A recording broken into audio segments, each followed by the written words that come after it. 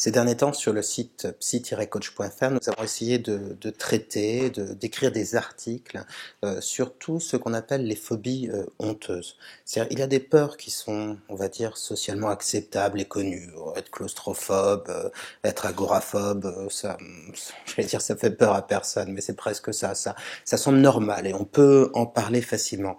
Mais il y a des peurs tout aussi courantes qui sont très très difficiles à vivre, non seulement parce qu'elles désociabilisent, mais aussi parce que elles isolent, on n'ose pas en parler. Il y a la peur de faire pipi en public, ce qu'on appelle le syndrome de la vessie timide, il y a la peur d'uriner sur soi, il y a plein de peurs comme ça, et l'une des peurs les plus courantes, c'est ce qu'on appelle l'hémétophobie ou la peur de vomir. Le ministère de la Santé en Grande-Bretagne considère que c'est la troisième phobie la plus courante. Alors d'abord, il y a les phobies sociales, et puis en numéro 2, l'agoraphobie, et donc l'hémétophobie, la peur de vomir, arrive en troisième position. Il n'y a rien de honteux à avoir peur de vomir, ça semble même assez logique, assez normal, mais allez le dire à la personne qui en souffre. C'est une phobie qui est très très solitaire à vivre, très très difficile. C'est très difficile d'expliquer aux autres la peur irrationnelle, violente, totale qu'on peut ressentir dès qu'il s'agit de penser simplement au fait de vomir ou d'imaginer pouvoir voir quelqu'un vomir ou de vomir soi-même. Donc c'est vraiment une peur qui est très très difficile à vivre. Les personnes, les hémétophobes, malheureusement, ne consultent pas suffisamment parce qu'ils en ont honte et puis parce qu'ils pensent que ça ne se traite pas. Il faut dire que la plupart des gens phobiques, dès qu'ils ont une phobie, même 15 jours après ou 3 semaines après, ont l'impression que ça a toujours fait partie de leur vie et qu'ils n'arriveront jamais à s'en défaire. Il faut dire qu'il y a quelque chose de quasiment physiologique au déclenchement de la peur et une fois que c'est intégré, ça devient comme une partie de soi. Mais ça ne l'est pas, ça se traite et on va voir concrètement comment ça se traite.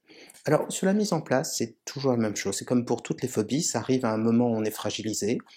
Ça touche essentiellement des femmes, ça s'explique assez facilement, c'est-à-dire que souvent les petits garçons sont plutôt amusés par tout ce qui est pipi, caca, vomi, toutes ces choses comme ça du corps ne leur font pas peur. Il n'y a pas une exigence d'hygiène, de propreté aussi forte que celle qu'on fait peser sur les femmes. Et donc, comme une sorte de contagion naturelle, le plus souvent, ce sont des femmes qui développent l'hémétophobie, mais évidemment, il y a des exceptions, il y a aussi des hommes qui en souffrent. L'hémétophobie, ça arrive à un moment où on est fragilisé. On peut, par exemple, être fragilisé par la maladie, avoir une gastro, une grippe intestinale, quelque chose qui va vous mettre dans un sale état, vous donner éventuellement envie de vomir, ou ça peut être déclenché par d'autres choses plus simples, la fatigue, le manque de sommeil, le stress dans sa vie, les difficultés, que sais-je encore. Et à un moment, l'idée de vomir ou la sensation de haut-le-cœur, cette impression comme ça de se sentir mal, d'avoir envie de vomir, eh bien, va déclencher une peur disproportionnée. Tout ça parce qu'on est fragilisé. Alors c'est très désagréable de vomir. Ce qui est encore plus désagréable, c'est de savoir qu'on va vomir, d'avoir ce réflexe nauséeux. Mais là, il y a une peur, un stress qui se greffe dessus.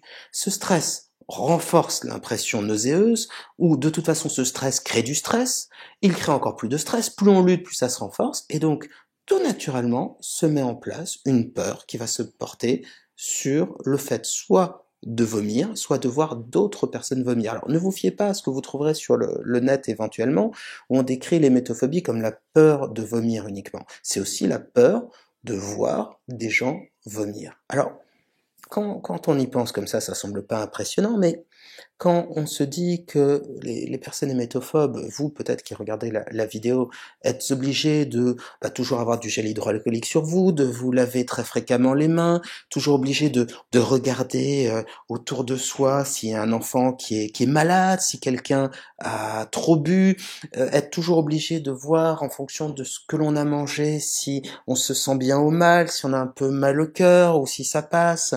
Le drame de l'hémétophobie, c'est l'évitement. C'est-à-dire qu'on va éviter un maximum de situations sociales qui pourraient déclencher le fait de vomir ou qui pourraient mettre en contact avec un virus ou un microbe qui vous donnerait ensuite envie de vomir ou qui pourraient mettre face à des personnes qui vomissent. Donc on évite de sortir par exemple en boîte de nuit, en soirée, on sait que les gens qui boivent trop peuvent vomir, on évite d'aller dans les restaurants où on va manger des choses lourdes, et très souvent d'ailleurs l'hémétophobie se propage et se transforme en phobie alimentaire. C'est-à-dire qu'on n'ose plus prendre tel aliment ou tel aliment, on sélectionne, on prend que des aliments fades, pas épicés, avec l'idée un petit peu qu'on va tasser ce qu'il y a dans le ventre. Il y a beaucoup de personnes aussi hémétophobes qui sont en permanence avec leurs médicaments antiémétiques. L'idée, c'est, bah voilà, si je me sens ne serait-ce qu'un tout petit peu nauséeux, si j'ai un petit peu d'acidité d'estomac, je vais croquer une, deux pastilles, et puis comme ça, je me sentirai mieux. Et puis, ce sont des personnes qui, au fur et à mesure, se désociabilisent, et on a déjà vu des personnes complètement, mais complètement désociabilisées, ne pouvoir rester que chez elles enfermées, tout ça à cause d'une peur de vomir. Et il y a même des complications dont on ne parle pas suffisamment, c'est la possibilité de développer des troubles de la conduite alimentaire, c'est-à-dire qu'il y a des anorexies qui sont développées à cause de l'hémétophobie, et aussi ce qu'on appelle les troubles phobocompulsifs, c'est-à-dire que très facilement, l'hémétophobie déclenche des TOC. Alors par exemple, le TOC de se laver les mains. Il faut bien se protéger de la souillure, il faut bien se protéger des virus, et donc on va développer comme ça des TOC. Faire attention à ce que l'on porte, faire attention à ce que l'on touche, donc ça crée des rituels, des évitements qui peuvent aller jusqu'au TOC, malheureusement. Alors, je vous ai parlé de l'hémétophobie, le traitement, paradoxalement, est très simple. C'est-à-dire, on a un problème qui est très fort, très dur à vivre, qui a des répercussions sur la vie énormes, et pourtant, le traitement est simple. Et c'est le même traitement de base que celui de n'importe quelle phobie.